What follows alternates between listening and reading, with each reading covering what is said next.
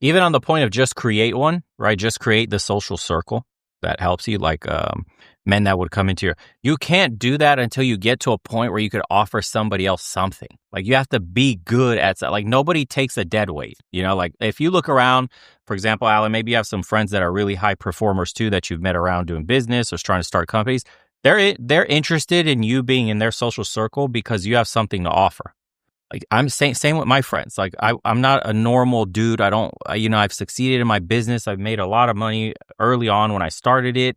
I ventured off into very different things and achieved them at like a type, like a 99 percentile, including YouTube. I guess you could consider this as like the 99 percentile success of YouTube and all this shit. So everything I've done, I've been able to achieve, but I can't have the friend circle I have with those types of guys that are on the same level in whatever avenues in life that they're in, because they don't see any value in like a dead weight that can't bring any value back to them. So once you create some form of value, that door opens, or you meet these kinds of guys that are like, that guy's like a fucking Wall Street banker. This dude's a doctor.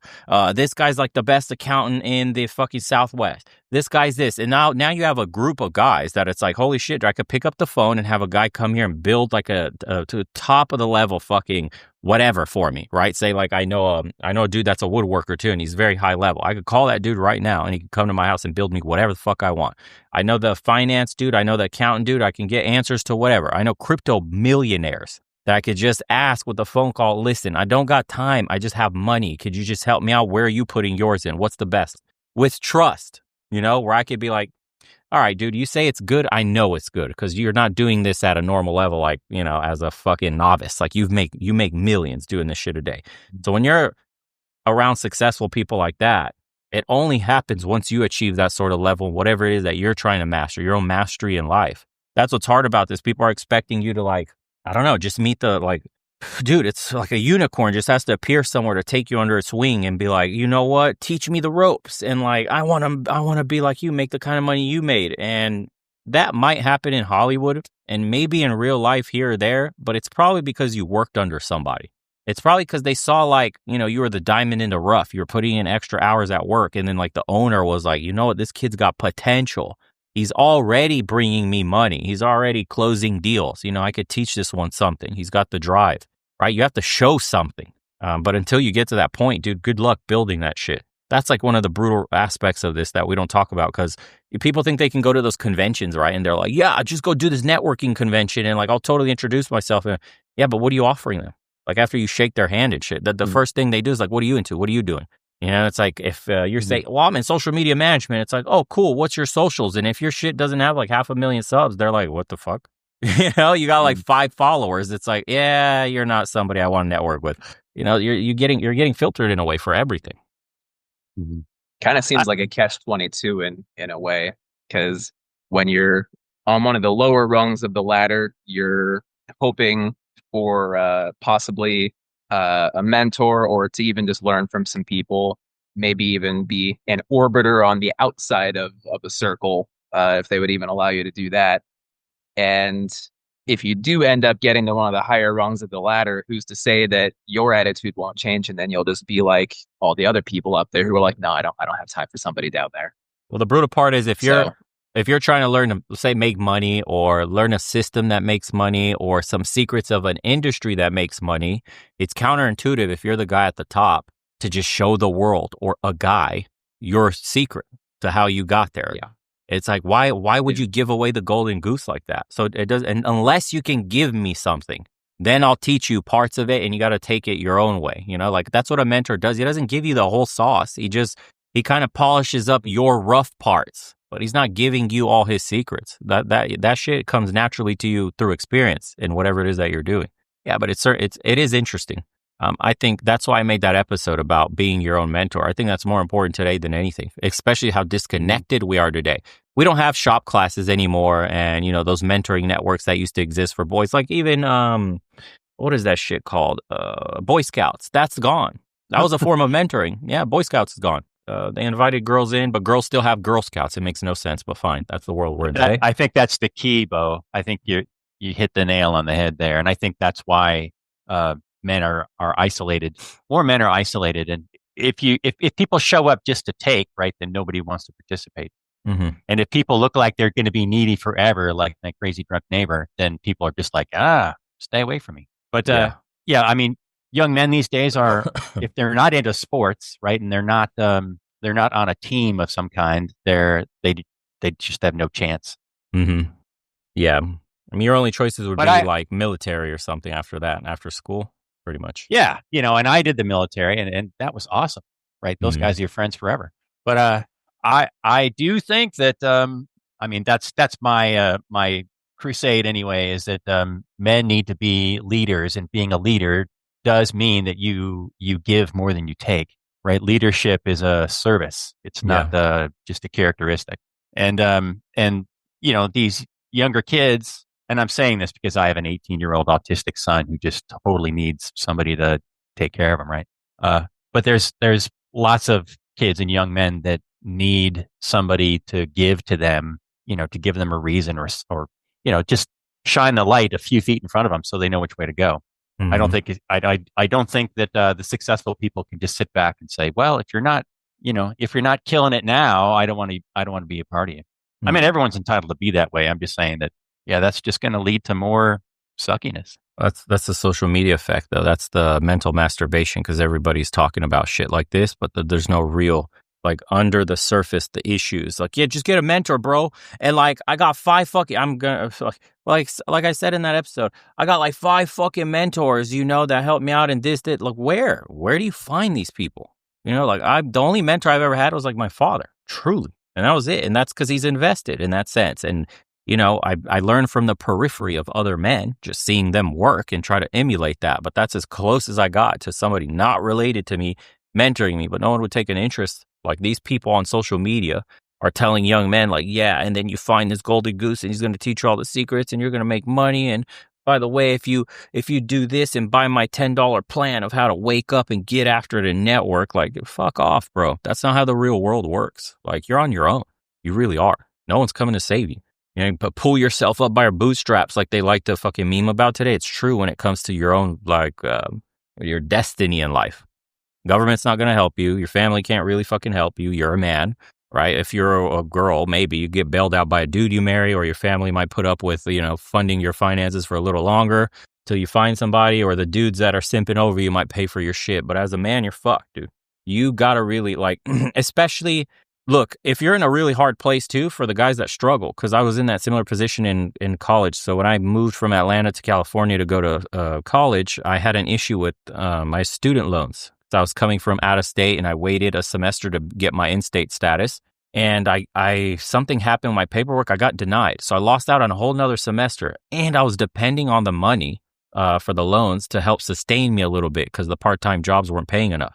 I was completely fucked, dude, in a black hole. I applied everywhere and anything. I got 3 jobs. One of them was at Lowe's. Another one was at AutoZone. And another one was a server at some, like, shitty chain restaurant called Chewy's or something. I did everything. I didn't give a fuck. Like, what ego, what pride do you have left when you're looking at like $10 in your bank account? And so I try to tell, because some of the young guys are like, I can't do that. I wouldn't do that. Like they hold their heads up high. And they think like some shit's beneath them. I'm like, bro, you are in the mud. You have to get it there, like the young ones have to say right now. We're not saying you're going to be there permanently. So I did 3 jobs plus. By the time the next semester rolled up, I was enrolled in full-time plus 2 classes. So I had beyond a full schedule plus 3 jobs. And I didn't even have enough time to sleep and do homework, dude. My grades slipped from like A's to C's, and I got saved by getting hired as a bartender in that part-time job bartending over the weekend. Thank God I was like charismatic enough, and the business was booming at the time, and it made more than all 3 of the other jobs combined, but just the part-time hours on the weekend. That saved my ass. But I did in the meantime, I was doing anything and everything I could to get the bills paid, including potentially sacrificing my GPA, getting fucking C's. It's like, but that's what it took. And you really can't put a limiter on yourself. If you really want to get out of your situation, you have to have like, I'll do whatever it takes mentality. Once you get to the point of I'll do whatever it takes, you typically get what you want. Like, eventually you will get it. You will struggle. In the meantime, believe me, it was hell for like 2 semesters, 3 semesters. It's fucking hell. I was exhausted, bro. I didn't fucking see a way out. I'm like, something's got to change. But what's the alternative, dude? I'm going to end up on the street. Like, no. I lived in a house share until I was 34. Oh, there you go. Now, it took me that long to scrape up enough money to buy a house. I mean, it's Seattle, so it's expensive as hell. Yeah. But, in my late 20s and 30s, living with a bunch of strangers, just trying to save money. Yep. And not everybody wants to do that. People want to have their autonomy and, have their own space. And it's like, that's a privilege. I still got friends from choose your college. pain. I still got friends from college that live with roommates because they're struggling. So, shit, I might have to do that again. Bro. I hope I don't have to, but I might have to. Yep, and it's fine. I mean, look, it's great when you get your first apartment, when you get your first house, whatever. When you get your own space, really, it's like, holy shit, dude, after you've been forced to live with other people. Wow, it's so liberating. But at the same, and it sucks because once you get a taste of that, going back to the roommate situation, it feels like such a major fucking failure and letdown. But again, it's temporary. Shit happens in life. Like, you won't always succeed. I had to do that. So when I was in college, I had my own place after getting a bartending gig, and I had a girl, and I was supposed to move in LA with her, and we were supposed to, I was like mega simping at the time, blue pilled still. And I was going to go put off college for a semester or two while she finished hers because she only had 1 semester or 2 left. And was going to move. So I already planned the move, already was moving. So I had transferred over to Santa Monica, and I was going to do like a semester there before going to UCLA. And bro, we ended up getting in a big fight. The relationship is cooked. My ass is now stuck in LA. I ended up getting a job with AT&T. I applied at like fucking 100 all throughout California, like 100 locations with AT&T to be one of those like, sales people. And I ended up getting an application somewhere in LA, in Santa Monica.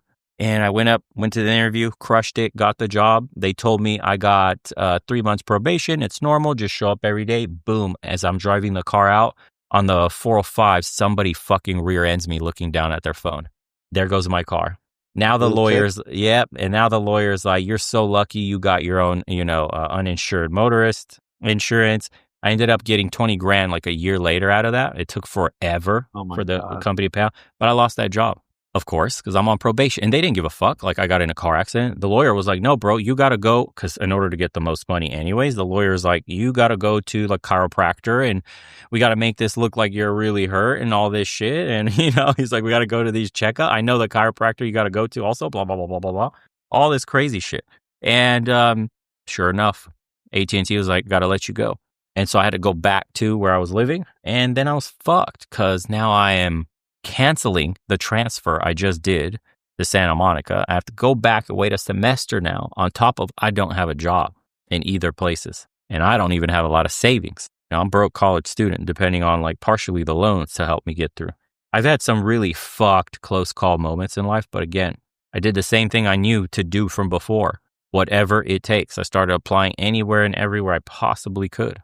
And then I went back to living with roommates. I literally told my roommate after I got my own place, before even leaving, I'm like, bro, it feels so nice to have your own spot. I was only paying $650 a month back then, or 650 square feet in a real ghetto area. I got robbed the first month I moved in. They literally broke into my sliding door in the back, jacked my TV, jacked a bunch of shit. That was like the welcome to the neighborhood. Yeah. So this was LA? Yeah, it's California, dude. What can you expect? Yeah.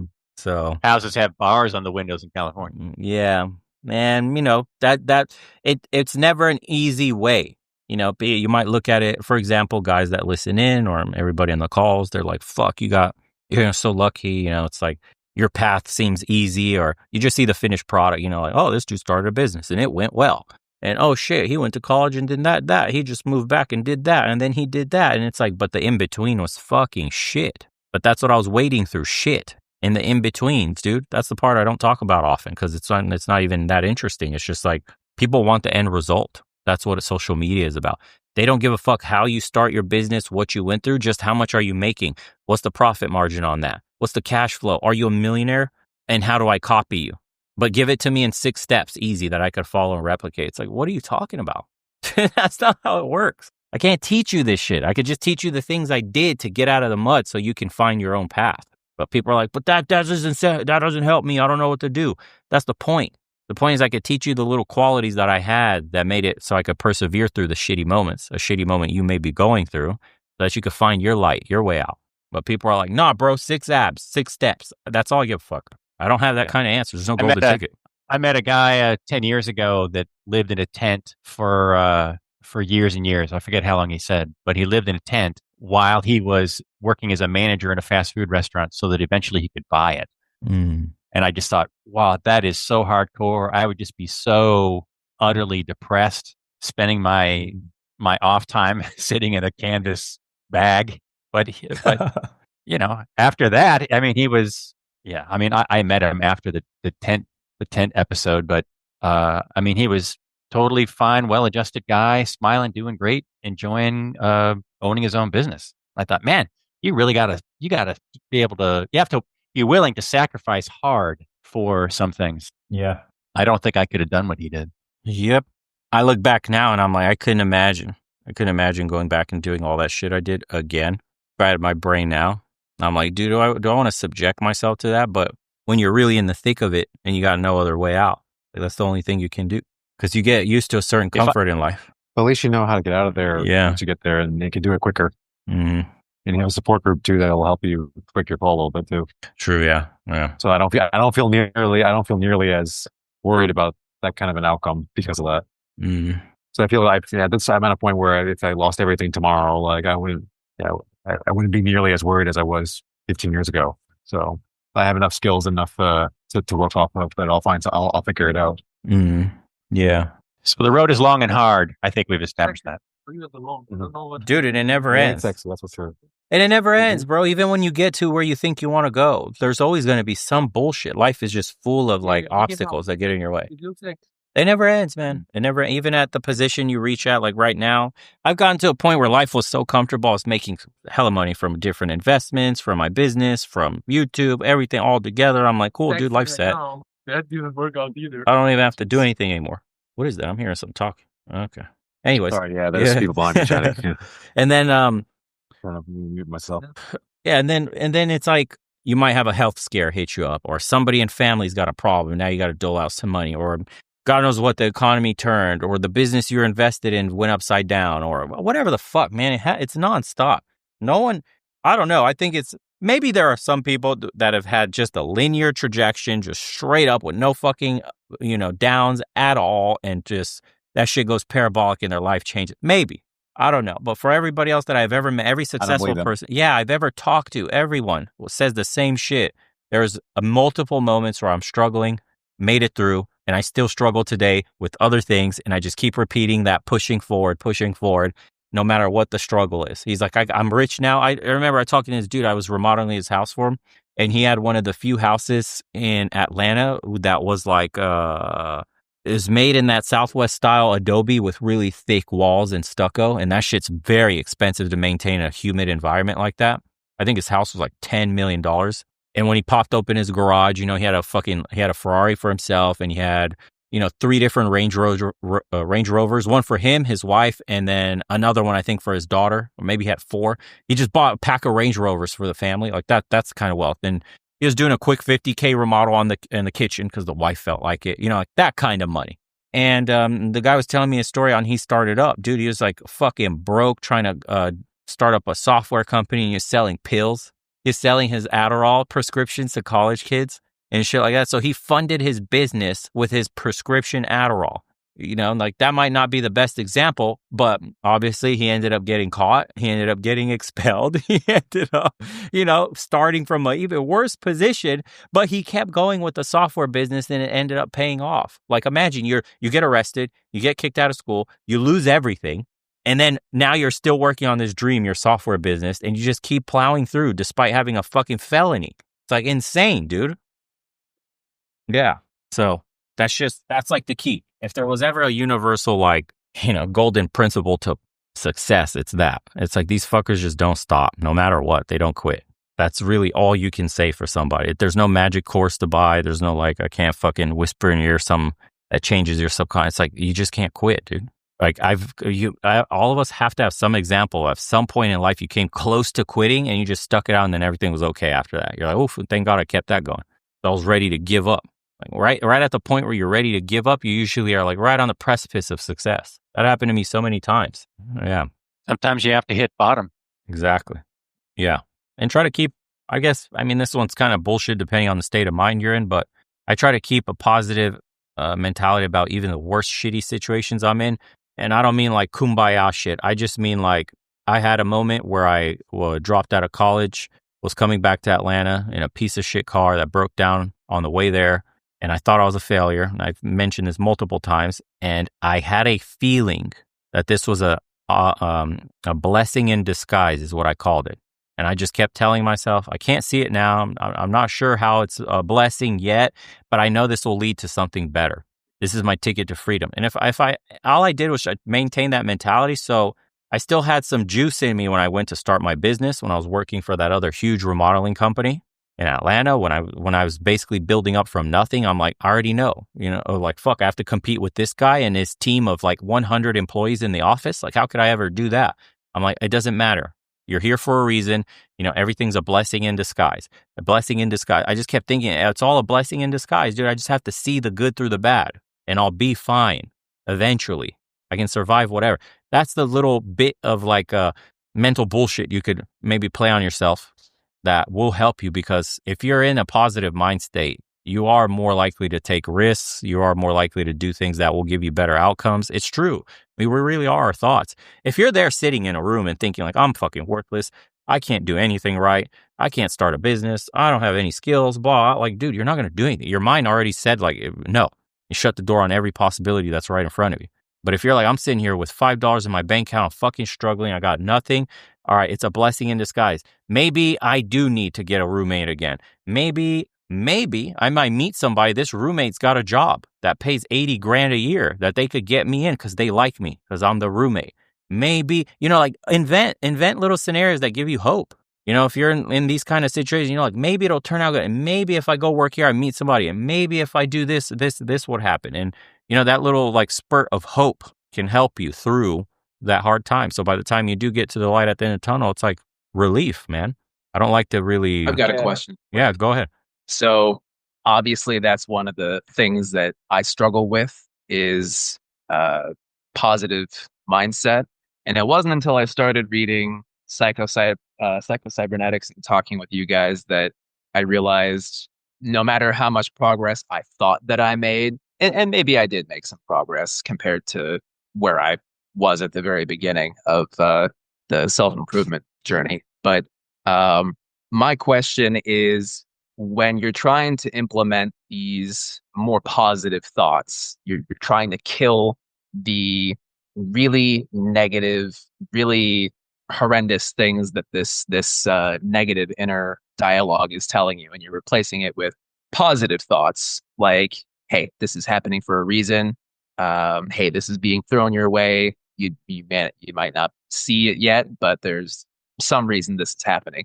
Do you, in your opinion, do you have to actually believe what you're telling yourself, or in the beginning is just saying it enough? Just hoping. Because you don't believe it. You're not ever going to fully believe it because you don't have a concrete answer. It's just hope. You got to hope for a better future. Hope, not belief. Hope, yeah, not belief. Yeah. So I never had a true firm belief coming back that I would start a successful business. I had a hope. I told my friend, listen, if I move, I could make as much money as your dentist brother, who was making a fuck ton of money. Obviously, he's a dentist in California. He's doing really well. He went to the only 3-year school in the whole of the United States up there in San Francisco, and went to his graduation and everything. He was making more in one day than my whole fucking rent.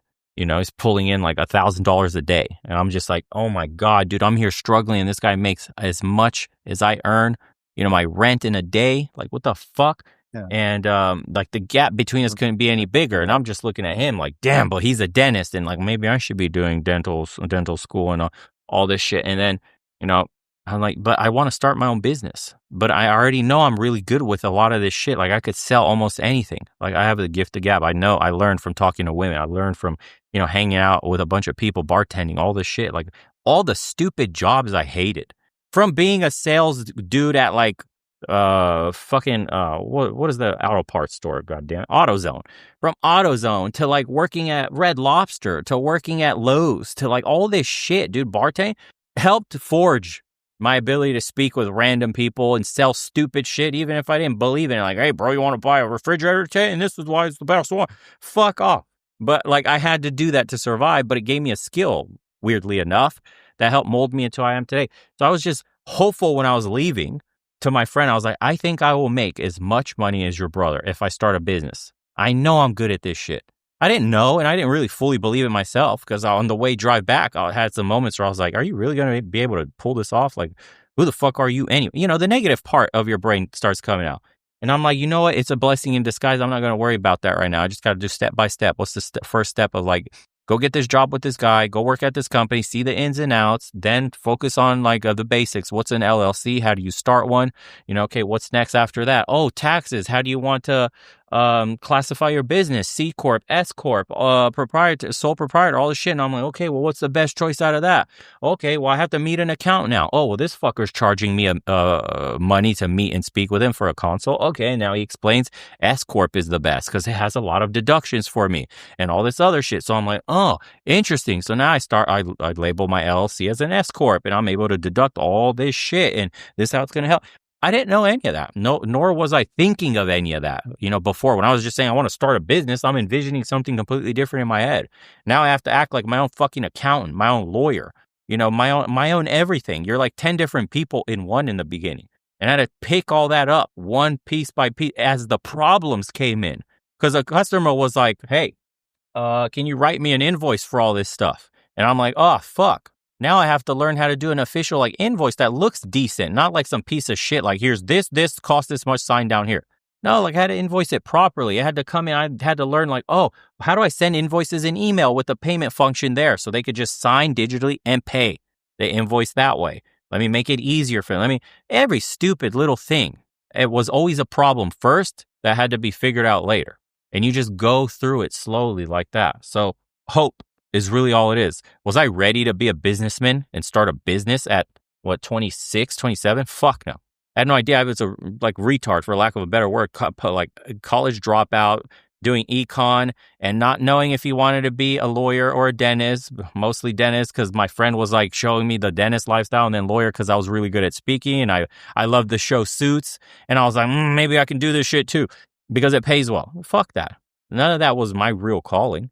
And I didn't really have any real concrete evidence to reaffirm my belief to me that I would succeed in business. I didn't know shit. I just got $20,000 that I used to pay off my credit card debt from that car accident. That's it. If I was smart, I would have bought Bitcoin back then. It was like $1 or $2. Then I would have been rich. That's life. So yeah, dude, just a little hope. That's really all you can have in this moment, because the belief comes after a little bit of proof starts to solidify around you. And that's it.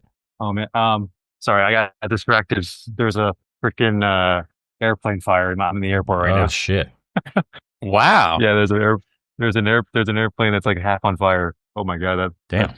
I took a picture. I'll also send What airline? What airline? I want to know. I can't see which airline it is. Spirit. So we're an American airline hub, so chances are it's gonna be American. Yeah. But playing the odds. Yeah, it's burning like crazy. Anyway, I'm flying. I'm in Emirates, so hopefully it should be okay. Anyway, no, I wanted to say something real quick about this. So it's not just hope, but focus on your wins. At least what I tempted to do is forget about the small wins, and then there's a void that's in my brain. Okay, did I win or not? And then the negatives pop in. So even the small wins of like, oh, I learned, for both example, I learned what an LLC is. I learned what this means. Okay, that's a step forward in the right direction. I mean, that's something that you can take moving forward, especially going to start another business and whatnot. And you could take that knowledge and teach somebody else even. So focus on those small wins and also just getting 1% better each day. I'm actually doing another video on this because if you do the math, 1% each day is actually not 365%. It's 37.78 times. So if you just focus on that every single day, like learn something, read a book, whatever it is, like any small one that you can think of. That was going to be one of my questions. When you say small wins, how small are we talking? Because anything, but like make sure that you're going in the right direction. It's a positive. Yeah. It's a net positive. Anything. I didn't jerk off today, or like, I don't know, like come up with something. Like you have wins every single day. We have a tendency to like hide them from our brains, or we tend to not focus on them. I have a nasty habit of doing that. Yeah. But whatever, or you went to bed early, like even the smallest things.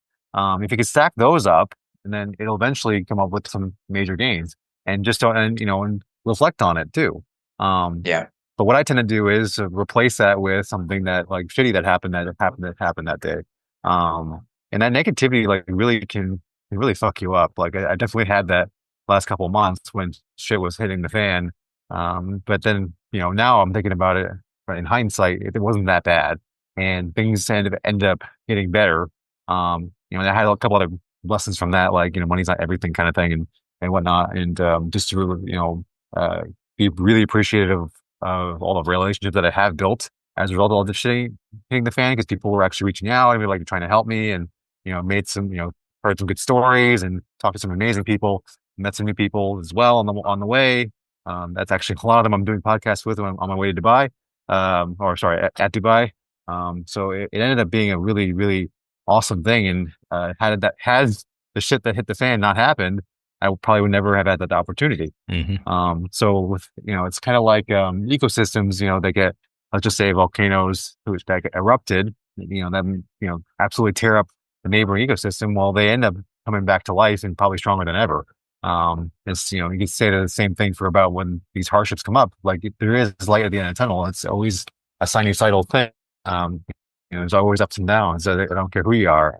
And not everything's just hunky dory. Like what social media proceeds it to be. So at any rate, focus on those small ones and build them yourself too. Like it doesn't have to be super like, oh, I'm gonna make $100 million tomorrow. Like no, that's too high. Like a little bit each day, and it just as long as you're in the positive trajectory and you're doing something that's meaningful to you, it goes towards your purpose, and it'll help you get better every single day. And just focusing on it's weird because you're sort of focusing on the short term to get to the long term. It's kind of strange to think of it that way, but a little bit you'll realize the gains over time will start to accumulate and multiply.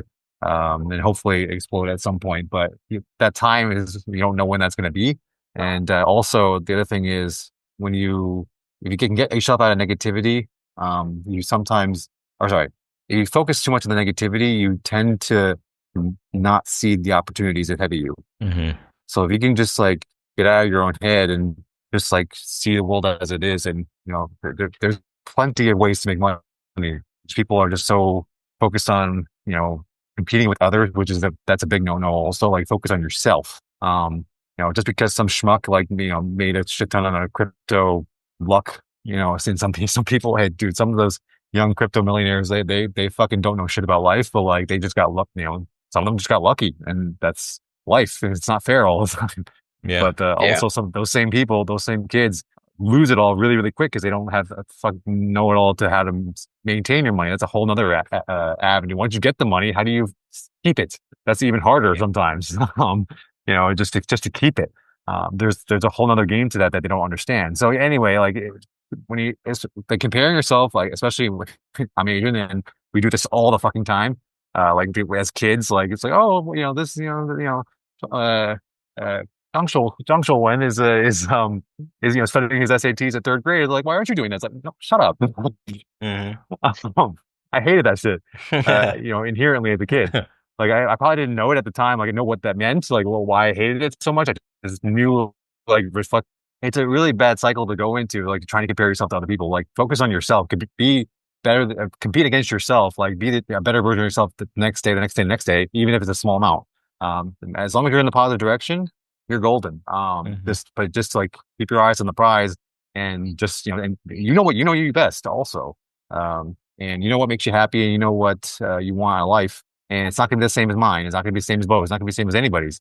You just gotta keep your head down, and focus on what's important to you, and then you'll get to where you want to be. Let the opportunities happen when they come. Just score wins whenever you can get them. Anyway, I gotta head to my flight, but later on, bro. You guys, I just wanted to end on that. And book club June 2nd. I already put on the chat. Good luck with the flight. Yeah. Don't catch fire. Oh gosh. Let me drop the picture real quick before I leave. All right. He's not on Spirit Airlines. He's But for the safe. sake of positivity, it sounds like half of the plane was not on fire. So There you go. There you go. That's awesome. Yeah. It's not my. No. The positive is not my flight. It's not my flight. Yeah. yeah. Oh gosh. I'll say a prayer for me.